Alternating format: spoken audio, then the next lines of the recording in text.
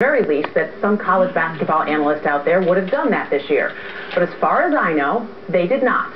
Nor did more than 3.5 million people participating in the ESPN.com Tournament Challenge, except for 2 people, one of whom doesn't have cable TV or a driver's license. He's a 13-year-old 8th grader at Rowland Hall St. Mark's School in Salt Lake City. His name is Johnny Gilbert, and he joins us on First Take. Johnny, congratulations, first off. Thank you. Now, you have to answer this for me. No cable TV, which is what most of us live with, so how closely do you really follow college basketball?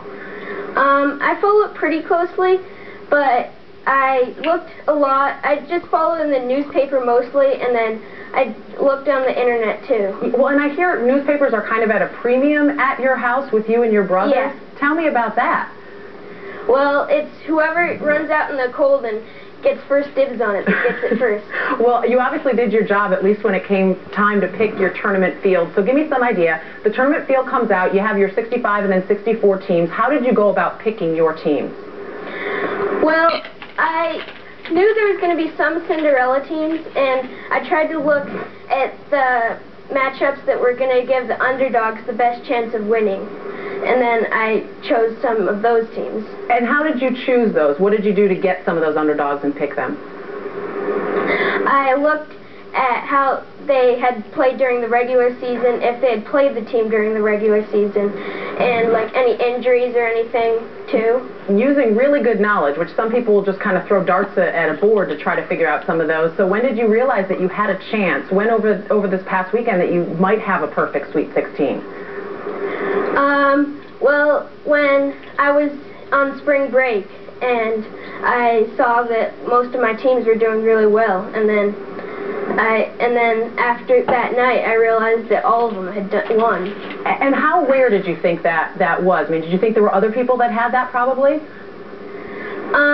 No. Well, I thought maybe 1 or 2, and then I was right. And what was your reaction? You're right, you were right. Over 3.5 million people were on ESPN.com, and just 2 of you got it right. What did you say when you heard that?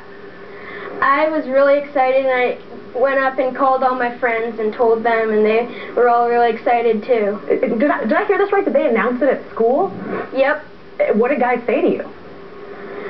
They just asked me about my picks, and when I told them I had picked all of the Sweet 16, they were like, wow. I mean, some of the amazing ones would be Davidson and Western Kentucky in there, and probably especially Davidson because they had to beat Georgetown.